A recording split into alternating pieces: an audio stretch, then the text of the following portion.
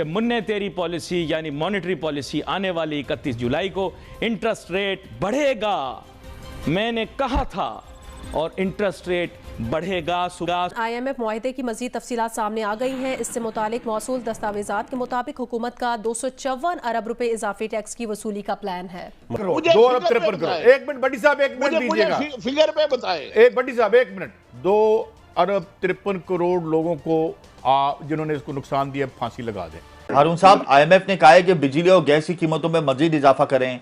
IMF ने यह भी कहा है कि इंटरेस्ट रेट के हवाले से पाकिस्तान को बड़े सख्त फैसले करने होंगे मुस्तकबिल में, और ये गुमान किया जा रहा है, ये खदशात भी जाहिर किए जा रहे हैं कि इंटरेस्ट रेट 25% पे जाने की तवक्को है। सुबह की अंदर की खबर निकल के उचक के ठुदक के हमारे सामने आ गई।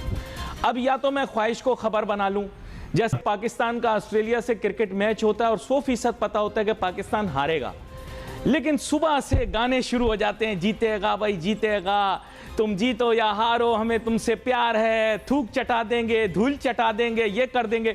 फिर पाकिस्तान की टीम रात को 8 बजे अपनी रिवायती बेशर्मी के साथ सर झुकाए ग्राउंड से बाहर निकल रही होती है ऑस्ट्रेलिया से हार के, और हम कह रहे होते कोई बात नहीं, कोई बात नहीं, वेल प्लेड, बहुत अच्छा खेला, बहुत अच्छा खेला। तो मैं तो बिल्कुल क्लियर कट बात करता हूं, जो गोरों ने मनवाना है ना वो मनवा के छोड़ेंगे। ये जो आपका हनीमून था ना, दैट इज नाउ ओवर। ये ओवर कब हुआ? जब आप गए काबुल और आपने वहां से जाके कहा एवरीथिंग विल बी ओके, तो आपको फिर वहां से मिला ठुठू ओके। बेड़ा गर्क हुआ।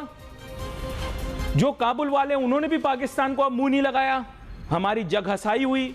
वो रोज वहां से प्रेस कॉन्फ्रेंस करके हमारी बिश्ती करते हैं और हमें कहते हैं कि तुम अहल नहीं हो, तुम नाअहल हो, तुम खराब हो। ठीक है, पाकिस्तान को 2 टके का एडवांटेज नहीं हुआ। ये जो आंटियां एंड अंकल्स थे जो सो कॉल्ड थिंक टैंक्स के थे और कह रहे थे कि हमें डीप स्ट्रेटजी नहीं अपनानी चाहिए अफगानिस्तान के अंदर, आज वो बेचारे जो हैं खुद दूसरे मुल्कों में भागे में हैं। मैं व्हाट्सएप और फेसबुक पे उनकी तस्वीरें देखता रहता हूं। जिस मुल्क की बुराइयां करते थे आज वहीं पड़े हुए हैं, और ये भी पता है कि बच्चे भी उनके वहीं पड़े हुए हैं। और खामतों का मुझे नहीं पता कि वहां पड़े हुए हैं या बीवियां वहां पड़ी हुई हैं, लेकिन ये रियलिटी है। इन लोगों के कोई इंटरेस्ट पाकिस्तान के साथ नहीं थे। मैं आज भी अपनी कौम से कहना चाहता हूं, मैंने बचपन में एक चीज सुनी थी और समझी थी, दोस्त हमेशा बराबरी के होने चाहिए या अपने से बेहतर होने चाहिए, ताकि उनसे कोई ना कोई काम किसी दिन पड़ जाए तो वो काम आए। मैंने तो सीधी बात बताई। मैं आज भी कहता हूं वैसे अपने ताल्लुकात ठीक कर लो, पैसे मिलेंगे। डॉलर का मैंने कहा था, पाकिस्तान के अंदर कोई ड्रामा हो जाए, कोई ये आपस में मिलके ये बोले डॉलर खरीदने वाला कोई नहीं, हमारे पास बेचने के लिए डॉलर, ये सब कहानियां हैं। ये डॉलर खरीदो। If you want to win in this game, buy as many dollars as you want. ये सारी फजूलियात जो है ना, हिपोक्रेसी यानी मुनाफकत का नतीजा है। मुल्क होगा तो हम होंगे, तो हम होगा तो मुल्क होंगे, ये सब सियासतदानों की जुबानें हैं। इनके सबके बच्चे बाहर पड़े हुए हैं। 8.3 बिलियन डॉलर का इस हुकूमत ने आके नुकसान किया, जो इसने खुद माना। इन्होंने कितने फांसी लाइए, कितने जाके आग ला दी इन्होंने। देखो ना, 8.3 बिलियन जिसमें से 3.5 बिलियन रिमिटेंसेस बंद होगी। इन्होंने यहां पे बरामदात का बेड़ा गर्क कर दिया और पूरा मुल्क खा गए पिछले 40-50 साल में। इनको तो सर पे बिठाया हुआ ताज बना के, यहां प्राइवेटाइजेशन करके दिहाड़ियां लगाई इन्होंने। मुस्लिम मैं किस किस बैंक का बताऊं कि 2-2 टके में बैंक बेच दिया।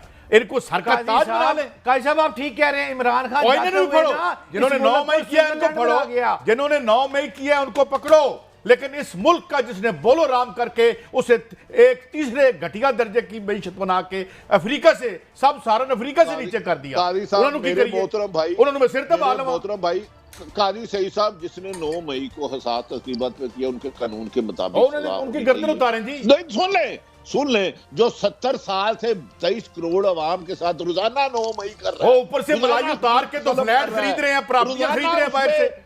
रोजाना उनपे 70 सालों से बिजली बम मार रहे हैं, पेट्रोल बम मार रहे हैं, गैस बम मार रहे हैं, बेरोजगारी बम मार रहे हैं, नाइंसाफी का बम मार रहे हैं, उनसे तालीम छीन रहे हैं, उनसे सेहत, और भट्ट साहब ज़ेरे तबस्सुम ज़ेरे लब मुस्कुरा रहे हैं, बल्कि ज़ेरे मुझ मुस्कुरा रहे हैं। खिलाफ कहां जाऊं? भट्ट साहब मुस्कुराएं, उनका हक है, लेकिन मुझे बताया ना 70 करोड़ से जो 23 करोड़ आवाम को रोजाना मार रहे हो, नुकसान पहुंचाया उन्होंने लम्या पा लो, और जिन्हें बड़ा नुकसान पहुंचाया ज्यादा देर लम्या पाओ।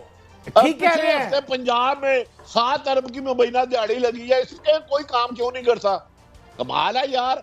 ये आपका कुत्ता टीमी, हमारा कुत्ता, कुत्ते का पुत्र, कुत्ता ही कुत्ता, ये क्या भाई? What is this? जिसने भी नाम अच्छा आगे बढ़ते हैं। नहीं बटी साहब, मैं कहता हूँ नेशनल एक्सचेकर को जिसने नुकसान पहुंचाया, जिसने यहाँ की जो प्रॉपर्टी, और मुझे ये बताएं, और पहले तो उन्हें फाड़ लो जिस वक्त स्टील मिल्क मुनाफा कमा रही थी, उसकी गैस किसने बंद की? उसकी सांस बंद कर दो। आप ढूंढे, जाके ढूंढे वो कौन था। काजी साहब, आप अपनी गाड़ी का जो एक्सीडेंट है उसकी बातें करते जाते हैं। हमने वो इस मुल्क की गाड़ी है, वो किसी खानदान की गाड़ी नहीं है, इस मुल्क की गाड़ी है। वो 4 खानदानों की गाड़ी नहीं है जो आप फरमा रहे हैं ना, मुल्क की गाड़ी के लिए रोते हैं। आप फरमा रहे हैं लम्हा पाओ, ठीक कह रहे हैं। लम्हा पा दिया गया है, निकाह नामे का केस भी सामने आ गया है, साइफर भी आ गया है, तोशाखाना भी आ गया है, लम्हा पा दिया है। निकाह नामे का बड़ा केस है। इत्थे तलाकां दे के 5-5 ब्याह कर दे रहे, किसी ने पूछा नहीं। छो भट्ट साहब, दुआ के और क्या बातें करते हैं।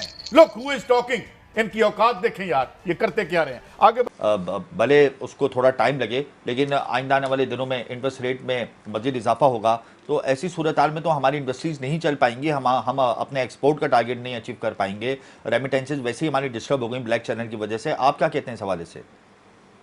जी देखिए, 2 चीजें समझने की हैं। पहली चीज तो ये है कि जो IMF का प्रोग्राम तो आप उस वक्त ही लेते हैं जब इकोनॉमिक सिचुएशन बिल्कुल डेस्परेट हो जाती है और आपको बेल आउट चाहिए। इसको हम एडजस्टमेंट का पीरियड कह रहे हैं, और इसको 1 साल बड़ा मुश्किल लगेगा अगर हम ये सारी चीजें करके अपने मैक्रो इकोनॉमिक इम्बैलेंसेस को कुछ दुरुस्त कर लें।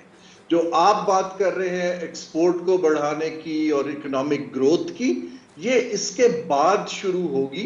ये IMF के प्रोग्राम के अंदर तो इकोनॉमी कॉन्ट्रैक्ट करेगी, क्योंकि जो हम अपनी मॉनेटरी सिचुएशन है उसको टाइट कर रहे हैं। जब सूद बढ़ता है तो सप्लाई ऑफ मनी घट जाती है, क्योंकि लोग नहीं लेते।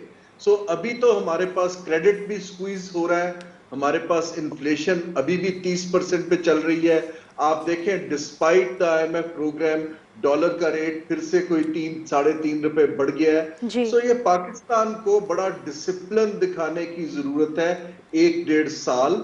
और ये जो पॉलिटिकल अब इलेक्शन आ रहा है, जो पॉपुलिज्म है, देखें ना, हमने इलेक्शन से पहले कुछ ट्रेडर्स को छूट दे दी, फिर हमने पेट्रोल की कीमतें भी कम कर दी। ये जो पॉपुलिस्ट मेजर्स हैं, इससे स्टेबलाइजेशन के ऊपर एट टाइम्स मनफी असर पड़ता है। मतलब हारून साहब, ये बात तो तय है कि इस प्रोग्राम में जब हम रहेंगे IMF के, तो हम अपनी मौसी तरक्की फिलहाल नहीं कर सकते, ये बात तो तय है। जी, हम सिर्फ स्टेबलाइज कर सकते हैं हुकूमत को, जिसका मतलब आसान अल्फाज में ये है कि जो आपके बाहर की अदायगियों के इम्बैलेंसेस हैं करंट अकाउंट के, वो हम कुछ दुरुस्त कर लेंगे, कुछ लेंडर्स से मजीद पैसा ले लेंगे। लेकिन ये जो 8-9 माह का स्टैंड बाय अरेंजमेंट है, ये हमारे पास एक मौका है कि अब हम अगले 5 से 10 साल की एक सिम्प बनाएं। ये जो एक्सपोर्ट को बढ़ाना और चीजें हैं, ये कोई 1-8 साल में नहीं होता, लेकिन जो मार्केट है उसको एक डायरेक्शन चाहिए, एक पॉलिसी चाहिए, उसकी कंटिन्यूटी चाहिए, उसको इंप्लीमेंट करने के इदारे मजबूत करने हैं। अब ये हमें इन कामों पे काम करने की जरूरत है। कोई ऐसा मैजिक नंबर नहीं है कि हम, बल्कि मेरी दरखास्त है मेरे जो सियासत में दोस्त हैं कि वो IMF प्रोग्राम वगैरह को एज अ रेमेडी सेल ना करें, क्योंकि ये तो एक एडजस्टमेंट का प्रोग्राम है, ये ग्रोथ का